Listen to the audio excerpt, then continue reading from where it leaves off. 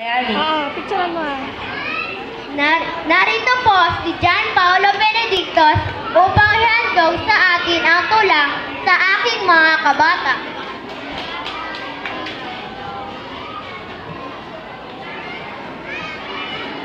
Sa aking mga kabata, kapag ka ang bayay sadyang umiibig, sa langit salitang kaloob ng langit, sanlang kalayaan na saring masapi, katulad ng ibong na sa himpapawid.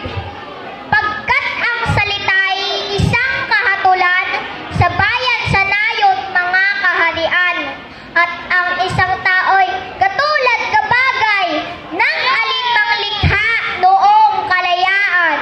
Ang hindi magmahal sa kanyang salita, mahigit sa hayop at malansang isda. Kaya ang marapat pagyamaning kusa na tulad sa inang tunay na nagpala. Ang wikang Tagalog tulad din sa Latin, sa Ingles, Kastila at salitang Anghel. Sapagkat ang poong maalam tumingin, ang siyang naggagawad nagbibigay sa atin. Ang salita natin tulad din sa iba na may alfabeto at sariling letra, na kaya nawalay